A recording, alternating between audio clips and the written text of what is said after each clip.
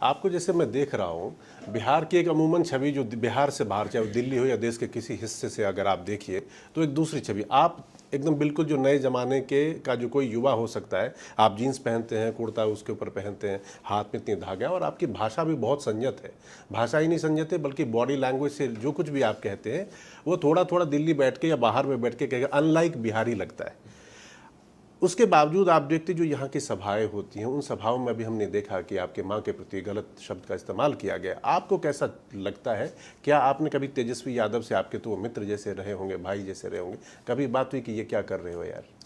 मैंने उनको पत्र ज़रूर लिखा इस विषय को लेकर, और मेरे लिए, मैं पुनः दोहराता हूँ, नाराज़गी आक्रोश से ज़्यादा ये दुखी करने वाला विषय था, क्योंकि उस मंच पर एक ऐसा व्यक्ति खड़ा था जिसे हमेशा मैंने अपना छोटा भाई माना।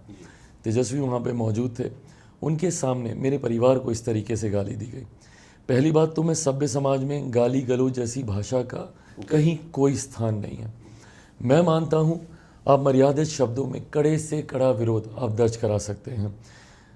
भारतीय भाषाओं के शब्दकोश इतने विस्तृत हैं कि आपको हर वो खूबसूरत शब्द मिल जाएगा अपने विरोध को दर्ज कराने के लिए। मैं हिंदी की बात नहीं कर रहा, हर भारतीय भाषा की मैं बात कर रहा हूँ। बिहार में हूँ, भोजपुरी हो, मैथिली हो, मगही हो, कोई भी भाषा, आपके पास वो शब्द हमेशा रहते हैं जहाँ पे आप कड़ा विरोध, कड़ी आपत्ति आप दर्ज करा सकते हैं बिना गाली गलौज का इस्तेमाल किए हुए।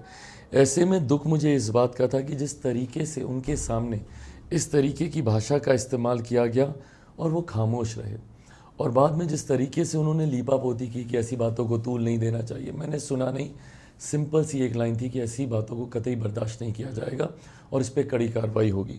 जिस तरीके से उन्होंने संरक्षण किया, मुझे चिंता डिफेंड कर रहे थे।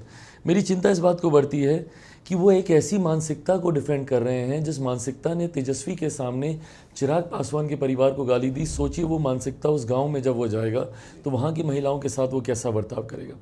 ये कहीं ना आरजेडी कल्चर के साथ जुड़ा हुआ है। 90 का दशक इसीलिए जंगल राज के तौर पे जाना जाता था, जब पलायन सभ्य समाज का हर व्यक्ति धीरे धीरे बिहार को छोड़कर उस दौर में चला गया, जिस दौर में लाठी को तेल पिलाया जाता था, दबंगई दिखाई जाती थी। कहीं ना कहीं जब वो आहट सुनाई देती है तो ये बिहार और बिहारियों के लिए चिंता का विषय बनता है। इसी कारणवश मैं दुखी भी था।